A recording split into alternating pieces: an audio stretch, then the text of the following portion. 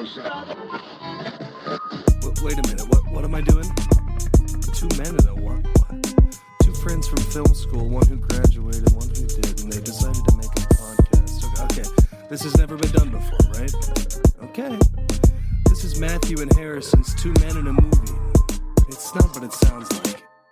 You think not having a tongue would make a role easy? Mm-hmm. But, I really saw the wheat separate from the chaff here, because the way she went, ooh, is like, I'm not doing it justice. It was profound. Sure. I sound like I'm being sarcastic. It was incredible. The way she was going, ooh, was like, it sounds so stupid to say. The way she's going, ooh, was like really good. I follow. A buddy of mine he was telling me that, after the first time they rehearsed it, she was feeling a bit upset because of the rape scene. Not like actually upset, but it's actors it's are. A lot. Yes. You get into it.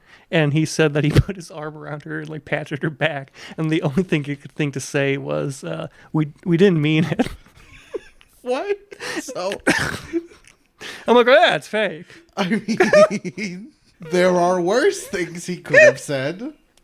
He's like, that shows how good I am at people. Anyway, we're going to lock ourselves in a hotel room soon with a single typewriter and a mountain of cocaine so we can finish some of our scripts.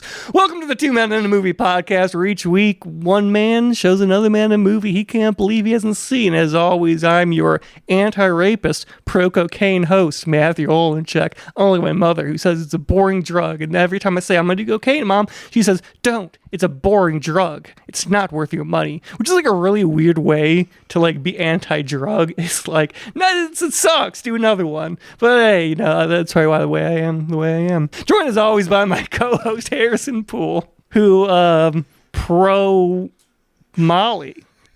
Oh, okay. I believe. I was gonna be like, where are you going with that sentence? Pro rape, anti cocaine. Yeah, for real, dude. Look, sexual assaulting I can stand, but doing cocaine. You can stand sexual assault. I'm doing fine. I have never done Molly nor cocaine. I am curious what they feel like. The only reason I haven't done cocaine is because every time I've been offered it, my mom's always there, 3 feet tall. Yeah. The back of my head. She's like, it's a boring drug, Matthew. And I'm like, oh, it's a boring drug. But it might help me finish my script. I mean, maybe. I don't know. I've been offered cocaine, but only when I've been in groups of people. Yeah, you're in the comedy scene. And they never partook. And I'm just like, I'm not going to be the only one to partake in cocaine. See, my view is I'm not like a cokehead. I'm using it as a performance. Yeah, it's like your Adderall. Yeah, it's like my Adderall, but for if I needed Adderall, it's like the difference between someone who takes steroids to feel big and someone who takes steroids because they threw out their shoulder lifting a cooking pot. So someone asked them, "Hey, do you need help with that?" And they went, "Nah, I got it." And then they got into the sink, but then they had to leave work one day because they couldn't raise their arm higher than this, and people were like, "Are you okay? Are you having a stroke?" And they're like, "No, I just think I threw out my shoulder 3 days ago."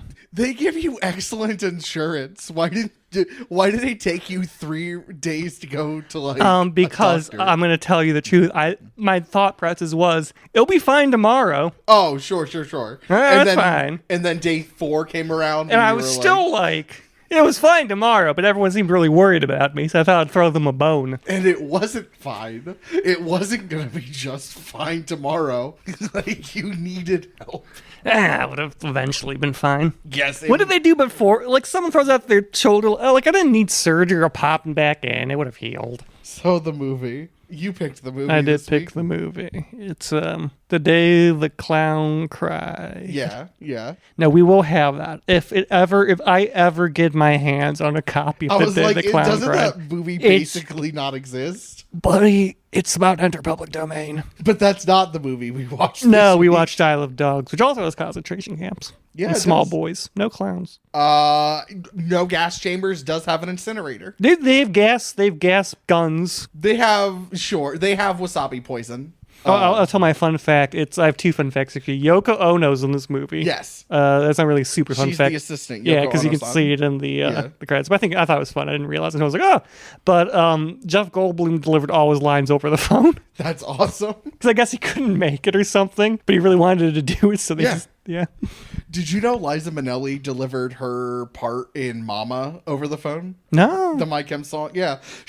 I want to say she left them a voicemail because she wanted to be a part of it. I can hear it. That Yeah. makes sense. And I guess Gerard's just like, I don't have to fucking put any filters on this. It had like a really cool effect that they put on that she couldn't make it to the studio, but they desperately wanted her. And then there was a Midwest emo person who was like, voicemails and songs. What a good idea. I don't even have to have a real voicemail. I can just have a clip from Superbad and put a weird vocal effect on it. Oh yeah, we got this, boys. Time for emo to go corn. It's great. Brandon once said that if he heard nausea followed by 2 beers, he would simply kill himself. I said, I have a playlist for you where that can happen. But yeah, Isle of Dogs. Yeah. Wes Anderson. Has never really been one of my guys, notoriously. Wow. You went to film school? I did. I I graduated. think we had this exact discussion when we did Asteroid City. And I will say, I like Asteroid City more. Really? So much more. Really? I really like Asteroid That's City. fair. And I kind of don't like this movie. You don't like it? It's fine. Okay, I was about to be like, that's there's an odd thing. Most people don't like Asteroid City as much. I can respect that. Now you're saying you don't like Isle of Dogs? It's Wes Anderson has such a specific tone that I either can dive into or can never find the rhythm of. And for some reason, this is just one of those movies I couldn't get into the rhythm of. Sounds like someone wants to send dogs to an island and kill them with wasabi. Yeah, that's exactly what it is. Hates dogs. I found a lot of the rhythmic talking and like the pauses and the way he repeated words was done better in Asteroid City. I think it looks good. It's beautiful. I will say the one thing I give Wes Anderson credit for throughout his entire filmography is I would print almost every frame of every one of his movies. I think this is one of his most beautiful, in my opinion. This is one of them. There's an argument. The way he does the animation, and I also like how every TV screen's a different form of animation. It's the beginning of the island when it's the black owl, and I want to say it's Chief like talking to the black owl. I'm like, I want that printed out as a poster, and I would hang that in my office. That looks so good. It's a technical marvel, I think. Sure. Because the Mr. Fox. Fantastic Mr. Fox. Very good look. This is like a perfection of it. This is some of, I think, the best stop motion we've seen in a long time. I like Fantastic Mr. Fox more. I'm also not the biggest fan of that movie. I like that movie.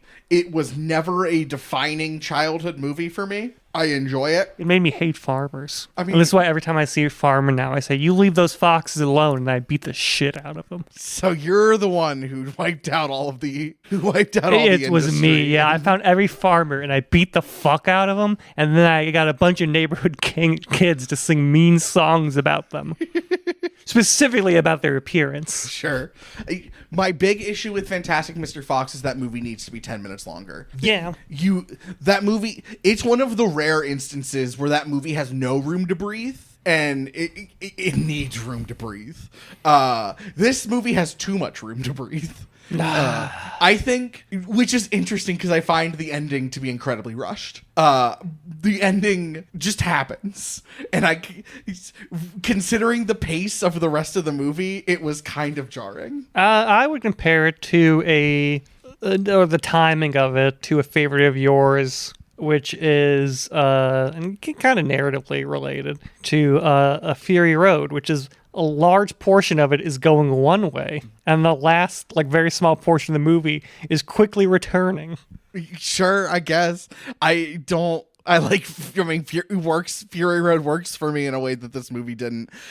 Fury Road, I guess, it does have its own rhythm, but it has a very different rhythm than this movie. Well, I think it's also the conflict's almost just a framing device in this movie really the movie's an emotional story. Sure.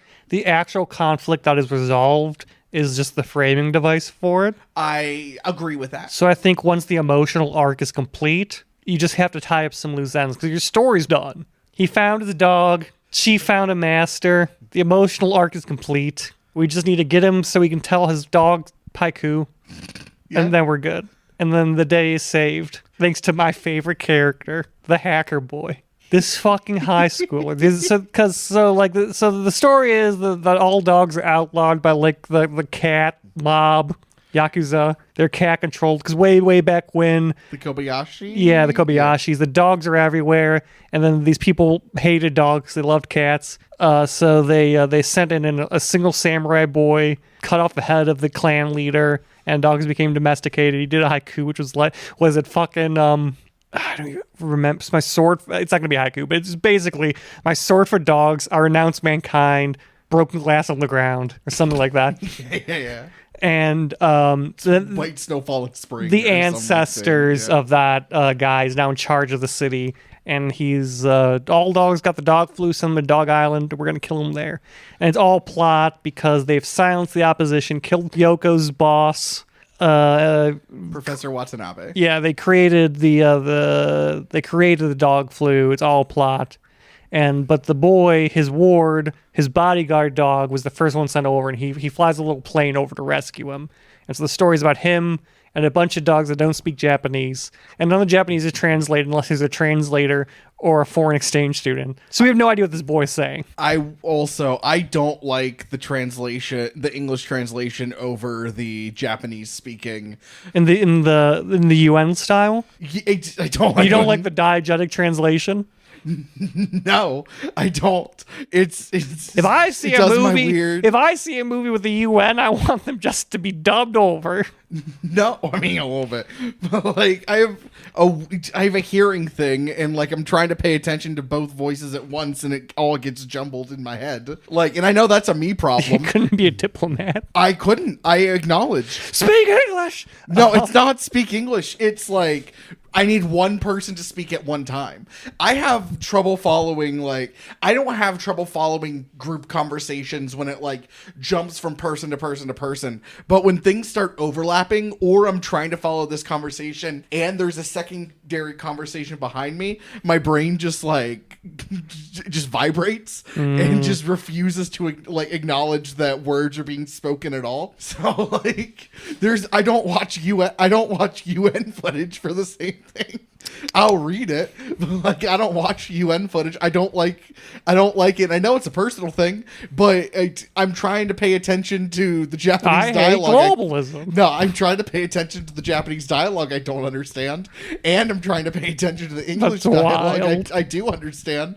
And my brain's just so you're just gonna get none of it. Read everything. I know it's a weird audio processing thing. I know it's a personal thing. I don't like to the next level where you're I have to actively pay attention to a language which is essentially gibberish to me. I have no idea what they're saying. But they are saying something. It is important. So my brain has to be you have to follow that. You have to track that. So the dogs speak English. So we know what the dogs are saying because that's translated to English. So we have no idea what this boy is saying. He gives many speeches, but he's joined by 4 dogs played by the regulars. One of them's Chief. He's the guy we follow the most because he goes from being a stray to Bryan Cranston to loving a young boy. Yes, and also in the future, fucking Scarlett Johansson, but dog. Nutmeg. So yeah, there's Chief. There's Boss, Duke, King, and there's a 5th one that is another title. There's a 5th one. Yeah. There's the 4. There's Ed Norton, Jeff Goldblum, and then the 2 other regulars I forget off the top of my head. And then Bryan Cranston plays Chief. But so this boy's adventure is being covered by this a foreign exchange student who's part of the school newspaper. And part of the school newspaper is a hacker corner where there's a single boy who never gets a name. I'm going to call him Hacker Boy. Yeah. And he is the most pivotal character in this entire fucking thing because he somehow infiltrates the army as a high school boy to get the black box from his plane so they can start being actually, dogs are good. And at the climax, they send the kill order despite the turn of heart by the mayor. But then it just kills the humans and everything goes haywire because the hacker boy had successfully hacked the signal. As rushed as that ending is, I will say Hacker Boy in Isle of Dogs was better done than Hacker Boy in Asteroid City. It's one of the few things that like connect. It's the one two of it's like it might be where my I'm like- favorite shot in the movie is when you see like everything's going haywire. And you're like, what's happening? You see the he wire just go, turns. and he turns, smiles, a nuclear explosion. And like ever since he's first introduced to be on the island, in several scenes, you'll see him in the background. There are parts of this movie that work so much for me. There are like little things like that. I think visually the movie is beautiful. I don't even know if you can, based on the type of story he's telling, but I would like 20 minutes of this movie cut. Yeah, I'm not sure there's anything. I can't think of anything I would cut. You can trim a bunch. There isn't a single Not 20 scene. minutes. No, you can probably trim 5 to 10. There's not a single scene I think you can fully outright cut, but you can trim quite a bit. And then you can fill that time with more Oracle. I adore the Oracle. I mean, I don't disagree. I do love The Oracle- she has visions of the future. No, she understands TV. Yeah, it's because they go to see these wise dogs, which in the beginning told the story of the samurai. And one of them is a pug named the Oracle, who can see the future. No, she just watches TV, but they repeatedly refer to as her visions. And it always cuts to her having a vision, and she's watching a the television. TV. I wanted to love this movie. I went into this I wanted to be like, Wes, you've never been my guy, but like you have occasional. I saw this movie 3 times in theaters. Damn, dude. You have occasionally been very good to me. I think the first hour of Moonrise Kingdom is some of the best filmmaking ever, and I think the last half hour of Moonrise Kingdom is garbage. You can pinpoint when I watch this movie because the reason that Tears in Jazz Hands 2 has like the drums Yeah. is because of this movie, because I'm like, I really like that sound. I'm gonna put some Japanese drums in here. Like, this is one of the few films I think that has had a direct impact on how I make art. Sure. And I mean, it was just the drums, but it's something. I like the drums. The soundtrack, I might have to listen to the soundtrack in isolation because for the movie it was just background noise to me in a way. The soundtrack's really good. It's one of those. I'm sure that if I listen to the soundtrack as a soundtrack, there will be more like key standout moments. But I think it's because I'm trying to get into this movie. It's just a thing that also exists. If that makes sense. Did you ever have a boyhood adventure with 5 dogs? No. Yeah, that's probably why. Did you have a boyhood adventure with 5 dogs? Yeah. What was Everyone in my scout troop had one. I had a dog. I have a dog. And you didn't have an adventure? We went on. We had fun It's like times. I think he was missing a key part of growing up in this world, which is having a boyhood adventure with 5 dogs. Hey, can we not psychoanalyze me as a person? It's a movie. Like, mine was to go find my dad's body so I could finally bury him, like, years after he was killed by bears. Yeah. I think you just didn't have a little adventure with 5 dogs. I had adventures with a dog. Was it like a big adventure? Wags was a good boy. Yeah, Wags was great. The cross country? No. That's what it's really got. You really got to, and like, in my case, they were Hungarian. The dogs? Yeah. Okay. I don't think they understood me, but they really helped me out. Okay. Kept showing them a picture of my dad's mangled corpse, and I'm like, Dad. Okay. But back to Isle of Dogs, please. Nutmeg, hot or not? I was just about to say this movie is unnecessarily horny. Nutmeg, hot or not? She's a dog, so not. Jesus, she's an intelligent being, She's a dog. capable of coherent conversation. She's a show dog. Fancy. No. You're not allowed to want to fuck the show dog. You're I didn't not say I was allowed. gonna fuck her. You're not allowed to find the show dog hot. She's a show dog.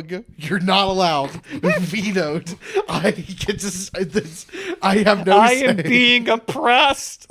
This movie is so unnecessarily horny. Yeah, there is a moment where I'm like, it makes me feel it feels like, Wes, you're making me want to fuck. You're trying to make me want to fuck this dog. I don't, but you're really doing your goddamn best to be like, what if you fuck the dog though? See, it sounds like it has Scarlett Johansson. I think he's trying to pull off the same trick that he does in Asteroid City, but he just doesn't realize it's a dog. He's trying to have that weird relationship that like Augie I think what the issue truly is here is that if you have Scarlett Johansson deliver any slightly suggestive dialogue, it's going to sound sexual because she's got the like husky voice. Yes. So when she's talking lower like that, it just comes off like, I think you get a different voice actor, you would not have this issue. Do you think who else could pull off the character? I also, first off, this movie is so incredibly well Tilda cast. Swinton, is she in this? I don't know. I'm trying to think of his regular. I was gonna say who's the Ralph Fiennes. Or bringing Ben. I've been really into Ben Mendelsohn. I always get his last name wrong. Okay. Yes. Because he's an Andor, so obviously he's doing a lot of interviews about that. And I always think that it's so funny to hear him talk because, in all his roles, he's like, I'm British or like, I'm American. He's a very concise speaker in all his movies, like, especially in Andor, he's this very concise British speech where it's like pops every word he says. Mm-hmm. And then you hear him in real life, he's like, oh, we're working on Andor. And he's like, he like talks exclusively in the space between his teeth and his lips. And he's Australian, so he's like, I was working on Andor. I'm like, why do you sound so mealy mouth? You're so good and so cool, but it just the switch from clip of Andor. We are so like, Jesus Christ, what an incredible actor! Everyone in this movie does well. I mean, it's his. This just is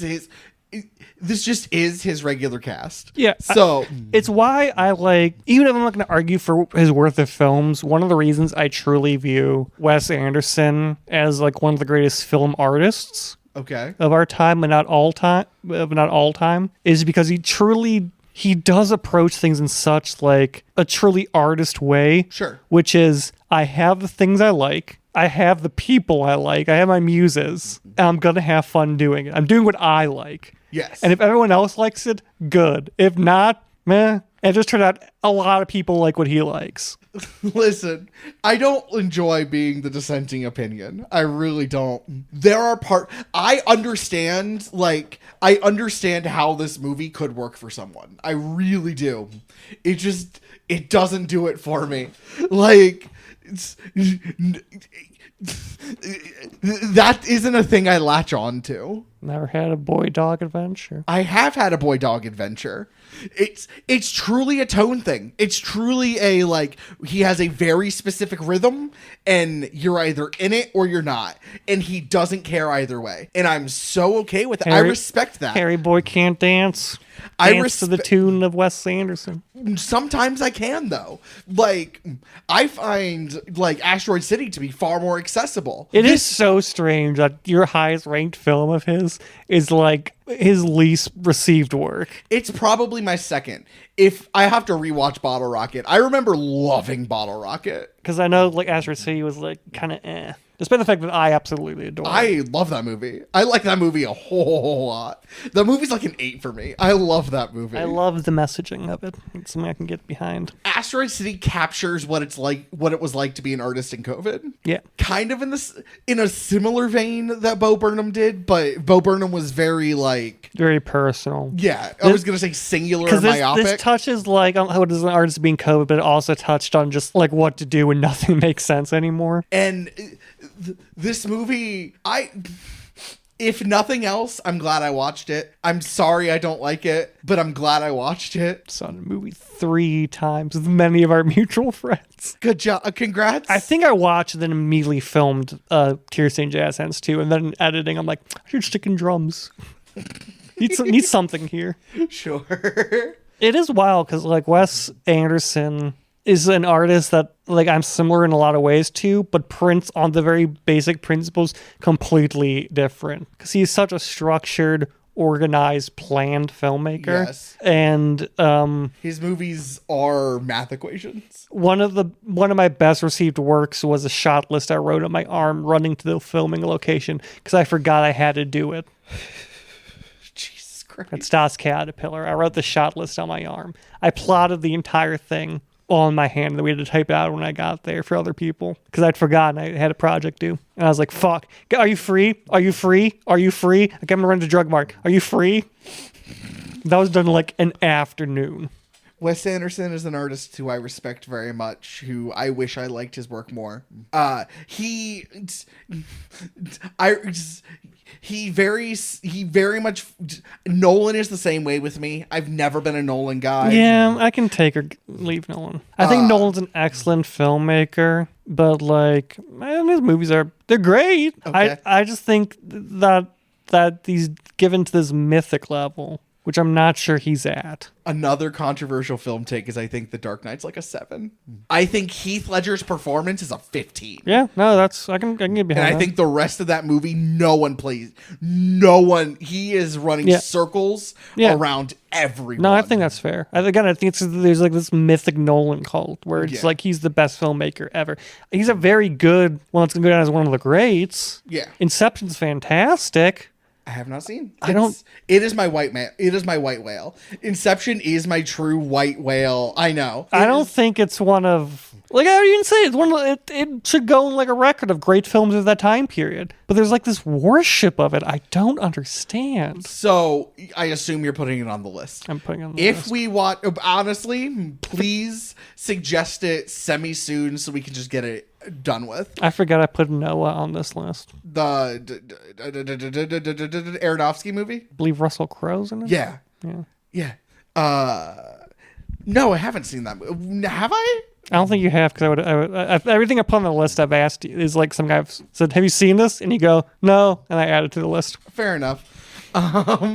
So we're talking around this movie. We're not even talking around this movie. Do you have any final thoughts?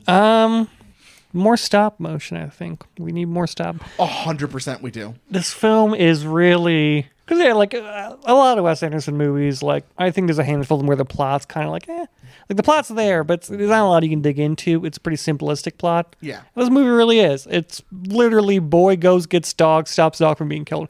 There's a lot of interesting things in there, but either we talk about them a little, it takes 5 minutes, or we talk about them a lot and it takes 10 hours. If that's something I think we can cover in this. Because there's so many like small little bits that are really, really good. Like if we're doing a talk over or watching, I think that'd be productive. But it's like, it would take forever for me. I'd have to go scene by scene by scene by scene. Because like the opening, I love the little opening. I love the way the dog yells, I renounce man. Like I love the way he just yells. That's something, there's like a lot of, it's a Wes Anderson movie. There's a lot of small little bits that are really good. It's as a whole, the movie's good. A Wes Anderson movie, I think it takes away from it to acknowledge to dissect it. Okay. I think a Wes Anderson movie is best appreciated as a whole. That said, truly one of the most beautiful movies I've ever seen. The stop motion is immaculate. The art style is immaculate. The way that everything's kind of shown, like the visual language of the film, as any Wes Anderson movie, is very distinct, and it really works here. I do think his movies should be viewed not monolithic. What's the word I'm looking for? Anyway, should be viewed as a whole, like you said, which is kind of why he's hit or miss for me, because there are bits in every single one of his movies. There are bits in movies of his that I just don't like. Like Royal Tenenbaums does nothing for me. I don't remember anything about that movie. It does nothing for me. And I guarantee you, if you were to tell me individual parts of that movie, I'd be like, oh yeah, that rules. Like, but as a whole, that movie just truly was in one ear it's because out everything's the other. all his movies are big clockwork contraptions, and all the pieces need to be together for the movie to be what it is. I also respect that Wes Anderson, at no point, even his adaptations, at no point does it ever feel like contract work. Yeah. Not that like he makes one because he wants to make it. Not that like there's anything wrong with contract work. There's great movies that are contract work. I just like, it very much feels like every movie's a passion project, and I respect that. I feel that's like every artist loves working with, every actor loves working with him, because it is truly like time to make the art, and then they make the art. Like he's just there to make something beautiful and good. And I wish more filmmakers took his approach to art. I agree. And I think we see, again, A24. I think we see that in A24 a lot. A24 really only makes a movie that someone wants to make. Yes. Like, they have an idea they want to do. And I think that's where you find the best art, is when it's something that someone's like, I'm making this solely because I want to. And like A24, they don't care if you like it or not. Yeah. Two things I want to say also that I respect. Like I said, I like that he's like, I have my thing. I love my thing. I don't give a shit if you like my thing or not.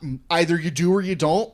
I like my thing. It doesn't matter. And like, I love, for as much as he is like very in a like box, like he works within parameters, he does take some really big swings. Most of them don't connect for me, but he does take some really big swings. Like French Dispatch is, what if I made an SNL Wes Anderson movie?